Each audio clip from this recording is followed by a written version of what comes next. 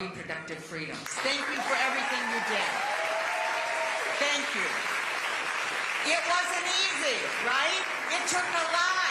We had people standing in line till after midnight.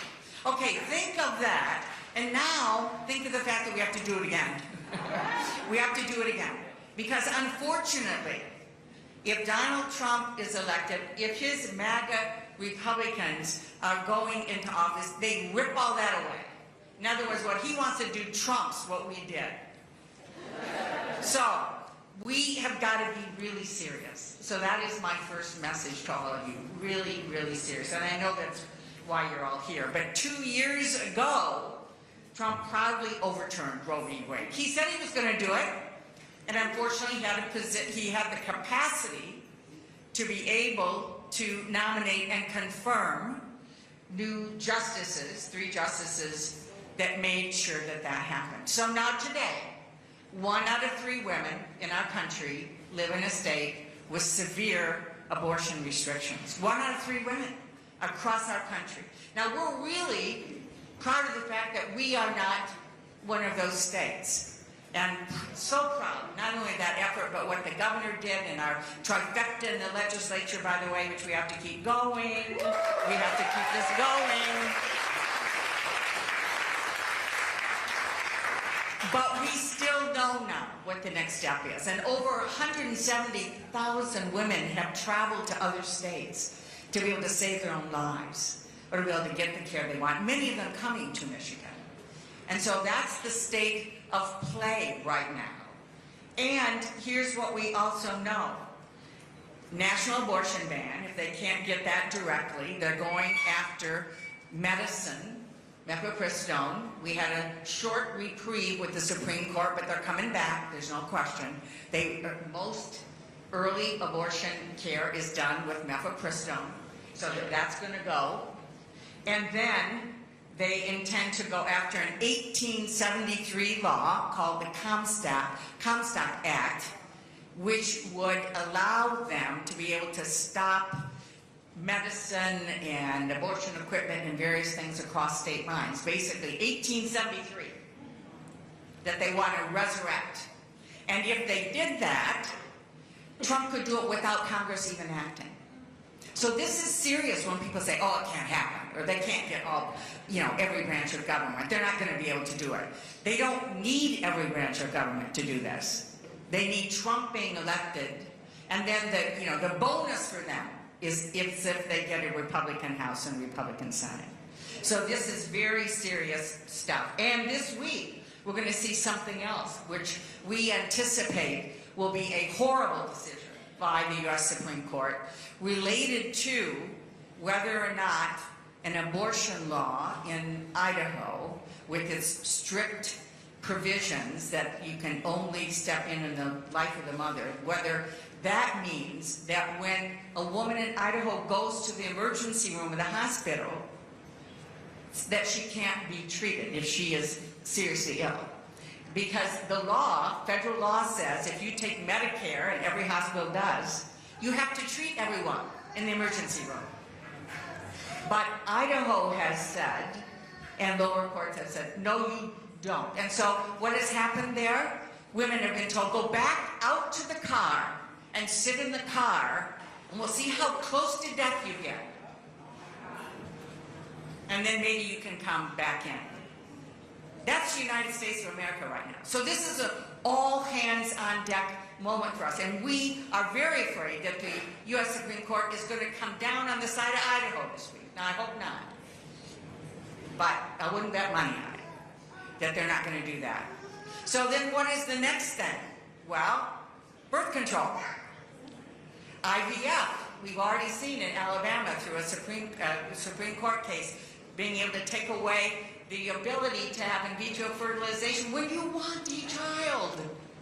In talking to veterans, one of the most common things that we hear from male veterans, as well as female, is we want access to IVF so we can have children. If we were injured in war, serving our country, we want to be able to have access to IVF to have children. My colleague, Senator Tammy Duckworth has two beautiful little girls after serving in Iraq and being shot down in a helicopter and just about giving everything, including her life, for our country. And she came back, and because of the miracle of IVF, she has two beautiful children. So we want to make sure that's protected and birth control is protected. So we thought, well, this is easy. We're going to put in a bill, which we did 2 weeks ago, first of all, that you have the right to birth control, to contraception. We bring it up on the Senate floor. Almost every Republican voted no. So then last week we brought up IVF, the right to IVF. And almost every Republican voted no. So I mention this to say, if people think this is only about abortion, it is not. It is about control over our lives. That's what it's about.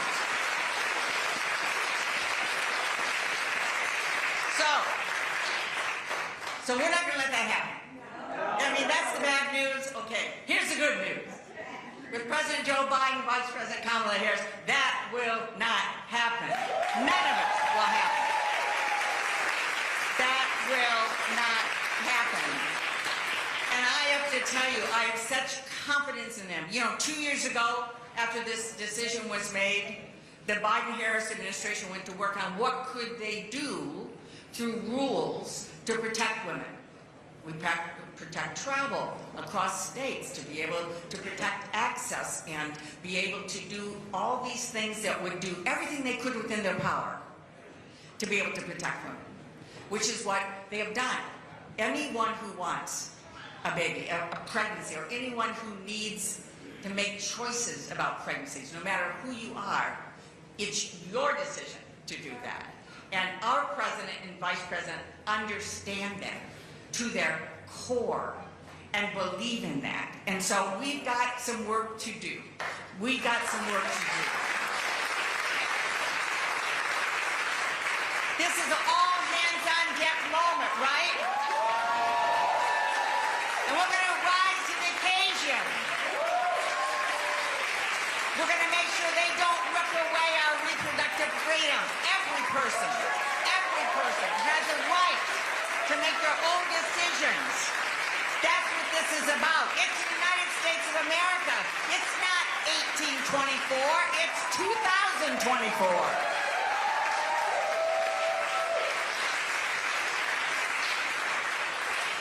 So, we're going to do this together.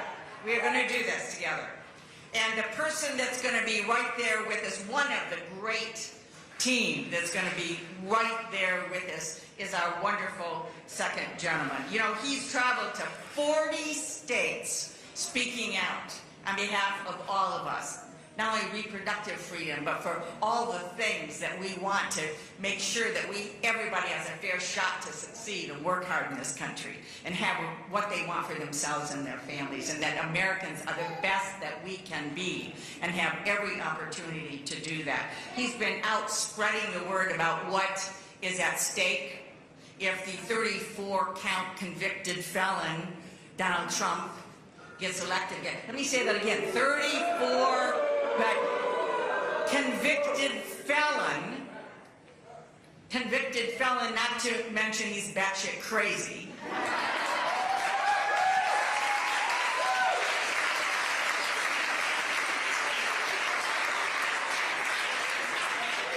But our second gentleman, our vice president, our president and vice president, to their core, get up every day caring about you and me and all of us.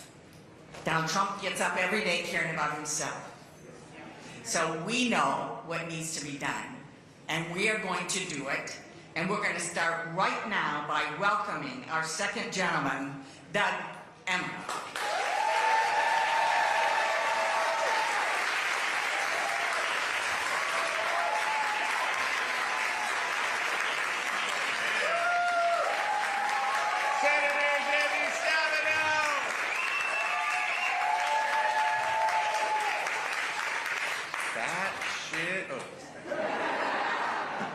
It's so good to be back in Michigan. I feel like I may have to get a bedroom here. I've been here a lot, but it's always great to be back. And I remember in 2020 campaigning with your great senator. Can we just give it up for her? She's done so much for all of us. And what about Misha Collins? So, Misha, you were great. Thank you, and Caitlin and Dr. So, Misha gets it. We were at an event together in Los Angeles a couple of weeks ago. 30 or so men talking about this very issue. Closed press, just having a conversation. And it was a deep conversation about how this issue, the Supreme Court, Donald Trump's Supreme Court, ripping away a fundamental right that had been on the books for 50 years from not only the women of our country, but all of us. It was so appalling, and the discussions that we had as men, allies, fathers, you name it, it was deep. And so as we were leaving the event, we started catching up and getting to know each other more. And I said, hey, I'm going to be on the road talking about this. Will you join me in Michigan in a couple of weeks on the second anniversary of this egregious decision? And he said, I'm going to drop everything. Flew in, just got here an hour or so ago to be here for all of us. Misha, thank you so much.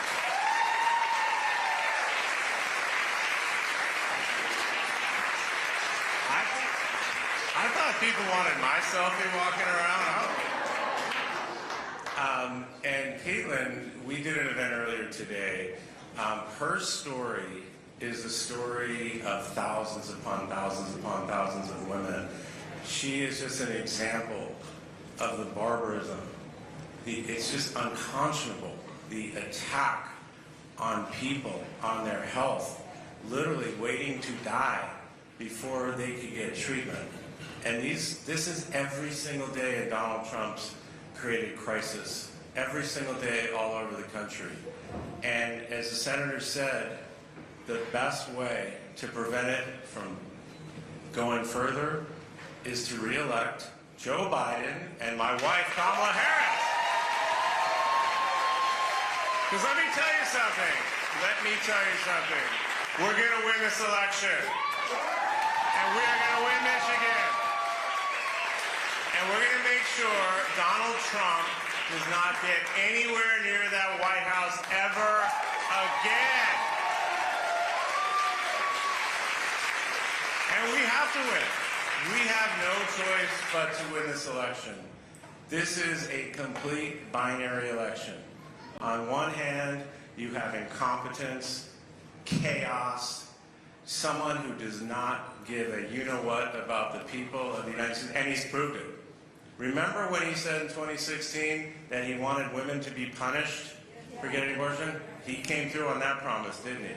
And remember he said he wanted to overturn Roe v. Wade by appointing Supreme Court justices who would do just that? Well, he did that too. And so rest assured, and God forbid he gets back to the White House, it's going to be even worse because they're organized, they have a plan, they've got these certain states behind them, and they have just duplicitous people in Congress willing to do his bidding just to be around power. Did you see him going back to the Capitol a couple of weeks ago? Wasn't that disgusting? The guy who literally tried to overturn a free and fair election that he lost. We beat him like a drum. And those very same members of Congress who were scurrying, running in fear on January 6th were all standing around him like this. It made me sick. It should make every American sick. That's not who we are as a country. It's anti-democratic. It is anti-who we are as a people. Dobbs, I didn't want to call it an anniversary because that connotes something to celebrate. This is not something to celebrate. This is something to fight against. And I'll never forget where I was 2 years ago. I got a call from my wife, the vice president, who was on Air Force 2, traveling somewhere. And I got a call, and she said something to the effect with anger and rage in her voice. Dougie, they actually did it. And we knew, remember there was a leaked version of the opinion, so we kind of knew this was coming. But to hear it and to see it and to feel it from the United States Supreme Court, the court of Thurgood and Ruth Bader Ginsburg, took this right away. So I just knew then that she was going to go out and do what she's been doing the last 2 years, which is fighting and leading and pushing back on this. But I also got a very rare text from my daughter right after, 23 at that time, 25 now. She basically said, I wrote it down, I'm angry, and I don't want to stand by silently. It's time to fight. It's time to speak out. And Dad, you need to do something about this. But then, shortly thereafter, I heard from my then 81, now 83-year-old mother, Barb. And think about that, 81 years old, 50 some odd years ago. So in her 20s, in the 60s and 70s, she was out there fighting for equal rights, fighting for abortion rights, fighting for equal pay, all the things that we thought were going in the right direction. So my mother was appalled. And she said, how is it going to be possible that Ella is going to have less rights than me? And think about that. And also said, and honey, you need to do something about this. So I have been doing that for the last 2 years, not just because of those phone calls, and not just because I have a daughter. When I hear that from somebody, it's just, come on. I do it because it's the right thing to do. Because women should not be treated as less than. Women must have the same exact rights that men do. And this is a way that's taking rights away. And I also have a son who's 29 years old, just got married a few months ago, was thinking about starting a family, and his wife is from Arkansas and Texas. So think about, do we want to move back home? No, not if you want to start a family and not be subject to a 6-week abortion ban that in some instances criminalizes the act and also makes it a crime for the doctors. Think about that. So this is not an issue that I talk about just because I have a daughter. It's because it's the right thing to do. This is an issue that all of us need to care about, and men included. So I've been traveling around the country talking about this issue with men, and have had many guys come out and talk to me about it and tell their stories. And then when you mentioned Justice Thomas's concurring opinion in Dobbs, that should scare everyone. Because Roe v. Wade and a long line of fundamental rights were based on this case called Griswold. Yes, I'm a lawyer and I teach law part-time. Right to privacy. 60 years. Roe v. Wade was overturned by the Dobbs decision, saying that somehow this Griswold right of privacy didn't apply. And Justice Thomas said, what else can we look at that's based on that? Gay marriage, what you can do in your bedroom, contraception. Think about it. They're not hiding the ball here. This was in the concurring opinion. And so you see what's happening in these states. They're trying to do just that. And please, do not believe Donald Trump when he says, I'm not in favor of a national. He is. He ran on it. Look at the Supreme Court that he appointed. And when he says just throw it back to the states, you have these egregious stories that we just heard from Caitlin. You heard the senator talk about what's happening in Idaho. This is happening all over the country. That will continue to happen. So rest assured, even though in Michigan, I come from California, don't get comfortable. Do not get comfortable, because if we do not win this election, they are coming for your freedom right here in Michigan, California, and New York. Rest assured. Don't let it happen. You are not without power. They are trying to make you feel like you have no power. They're making it, there's so much, they're throwing so much at you, and I see every head shaking. Don't let them do that. It's 4 months. We can do anything for 4 months. 4 months to save our country, 4 months to protect your freedom, right? Now I'm seeing some smiles.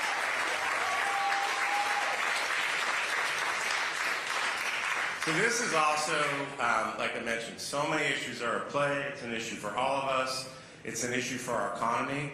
You hear these stories of these millions of women who live in places with these absolute bans, and they say, oh, well, you can just travel. Well, a lot of these states, they're tracking you with technology. They're making it illegal to travel. They're criminalizing doctors if they do. And if you're able to get out, do you have the money to get out? Can you take work off? You may already have children, because many women who seek this care, guess what, are already mothers. And so you've got this whole trope that, oh, just leave it to the states, and if you need to travel, you can. That's not true. So it's also unfair economically. It's just got to change. So how do we do it? Debbie said it. We have to re-elect Joe and Kamala, and not just because of this. It's because they deserve re-election. They've done a great job. I can't tell you how proud I am of Joe and Kamala. I get to work there. I get to see it every day, traveling this country to see all the great work that they've done, not just protecting our freedom, but just doing all these things. And all of that goes away. So think about whatever you care about, whatever that issue is, above and beyond your freedoms. Do you want to breathe clean air? That's at risk. Do you want to be free from gun violence? That's at risk. All of that is at risk. So that's why I've been saying, the President, Vice President, First Lady, we are not going to rest. We are barely going to sleep. We are going to do these next 4 months with joy and with pride, because we love our country. We are patriots just like you. This country is worth fighting for, so let's fight for it. Thank you.